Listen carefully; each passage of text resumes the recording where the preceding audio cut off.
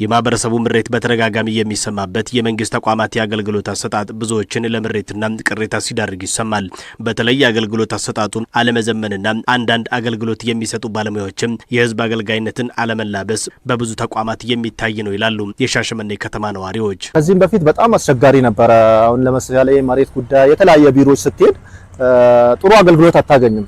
በአንድ ደቂቃ ወይም በአንድ ቀን ማጨረስ የምችለውን ነገር እስከ ሳምንት እያመላለሱ በጣም ነው እየተቸገረ የነበረው ህብረተሰቡ ማለት ነው። በመሬት አስተዳደር አንድ ጉዳይ ለመፈጸም ከዚህ በፊት አመታት ይፈጅ ነበር።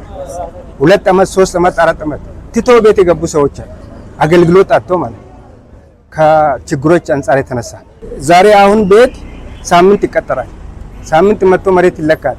እንደገና አሁን ሳምንት ይቀጠራል። ሌሎች ብዙ ችግሮች አሉ። የሻሸመኔ ከተማ ነዋሪዎች አገልግሎት አሰጣጡ ኋላ ቀር መሆንና በቴክኖሎጂ አለመታገዝ በተለይም ደግሞ አገልግሎት ለማግኘት ብዙ ሰዎች የሚመላለሱባቸው የመንግስት ተቋማት እጅ መንሻ ከመጠየቅ ጀምሮ ለብዙ ብልሹ አሰራሮች የተጋለጡ ናቸው ይላሉ። ይህን ችግር ለመፍታት መንግስት የጀመረው የአንድ ማዕከል አገልግሎት ወደ ሻሸመኔ ከተማ መምጣቱ ያንን እንግልት ሙሉ ለሙሉ እየቀረፈ ነው ብለዋል። ለልጄ ልጅ የልደት ካርድ ካዋሹ አስጨርሸን የመጣሁት አሁን በመጣሁት 5 ደቂቃ ባልሞላ ጊዜ ውስጥ ነው ተስተናግጄ የወጣሁት። ስለዚህ ይሄ መስተንግዶ ማለት ሁሉም በየደረጃ ያለው ሰራተኛ የሚመለከተውን ሁሉ ከሚመለከተው ክፍል አሳልፎ እንዲፈጽም ለማድረግ በእውነት የሚያስደስት ቆሞ ነው ያስተናግዱት ያለውትና መንግስትም ይሄን ዘርግቶ እዚህ ድረስ በማምጣቱ ምስጋናችን ከፍተኛ ነው። ለሰርተፍኬት ያወጣው ነበር እና በጣም ፈጣን ሆነና ቀጠሮም ደግሞ ቆንጆ ሆነ።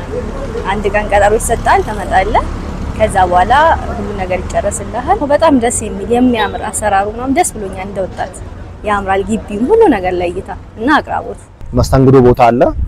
መስተንግዶ ላይ ደረሰኝ ይሰጠዋል። በደረሰኙ በኮምፒውተር በሲስተም ነው ሄዶ ለመገለገል የሚፈልግበት ቦታ ላይ ሄዶ በሲስተሙ በኮምፒውተር ተጠርቶ ተራውን ጠብቆ እንደዛ ነው የተገለገለ ያለው። በጣም ጥሩ ነው ሂደቱ። በጣም ደስ ይላል። በጣም ቶሎ ነው እያስተናገዱ ያሉት። በዚህ አንድ ማዕከል አገልግሎትን ማግኘት ከዚህ ቀደም ከነበረው ጋር የሚወዳደር ወይም ደግሞ ልናነጻጽረው የምንችል አይደለም ይላሉ ነዋሪዎቹም። በሻሸመኔ ከተማ የአንድ ማዕከል አገልግሎት ከተጀመረ ገና 1 ወር ብቻ ቢያስቆጥርም ባለፉት ቀናት ግን ከ15000 በላይ ተገልጋዮችን ያለምንም እንግልት ጊዜና ጉልበትን በቆጠበ መንገድ አገልግሏል ያሉት የማዕከሉ ምክትል ኃላፊ አቶ አሚን ጀማል ማዕከሉ ከመግቢያ ጀምሮ ተገልጋይን በሚስብና ውስጡን በቴክኖሎጂ እየተደራጀ ነው ብለዋል። አንድ ሰው ወደ አገልግሎት ማዕከሉ ሲመጣ መግቢያው ላይ ምን አገልግሎት እንደሚፈልግ የሚያሳይ መመዝገቢያ ያለው ነው። ከዚያም ከእጅ ንክኪ ነፃ የሆነ ትኬት መቁረጫ ያለው ነው።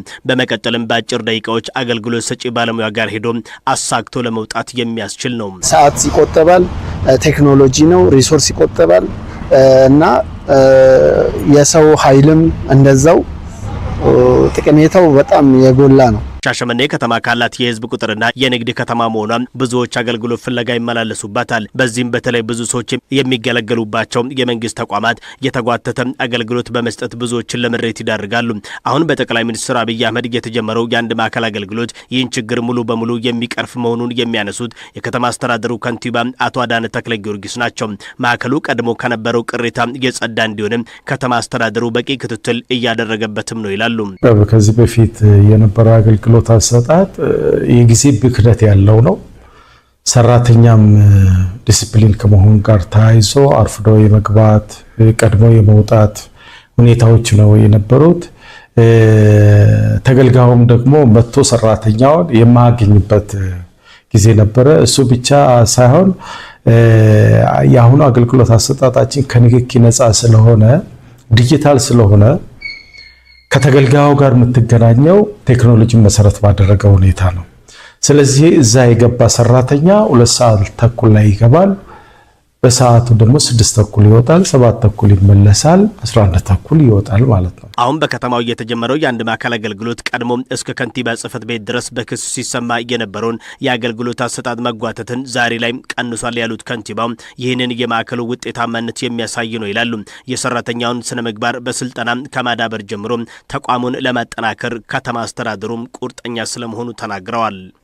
የተገልጋዩ ማህበረሰብ ፊድባክ እንደወሰድ ነው በጣም ደስተኛ መሆኑንና በጣም የረካበት ሁኔታ መሆኑንና በሻንጉራቻ ክፍለ ከተማና በመልካ ስርባ ክፍለ ከተማ ባሉን 4 ክፍለ ከተሞች ውስጥ አንዱ እዚህ ተከፍቷል። በሁለቱ ላይ በፍጥነት መክፈት እንዳለብን በተቀመጠው አቅጣጫ መሰረት ከአመራር ጋር የተወያየንበትና የተግባባንበት እየተንቀሳቀስ ያለንበት ሁኔታ ነው ያለው። የሻሸመኔ አንድ ማዕከል አገልግሎት 26 ተቋማትን አቅፎ አገልግሎት እየሰጠ ሲሆን በሚቀጥሉ ጊዜያት ደግሞ ሌሎች ተጨማሪ አገልግሎት ሰጪ ተቋማትን ያቅፋል ተብሎ ይጠበቃል።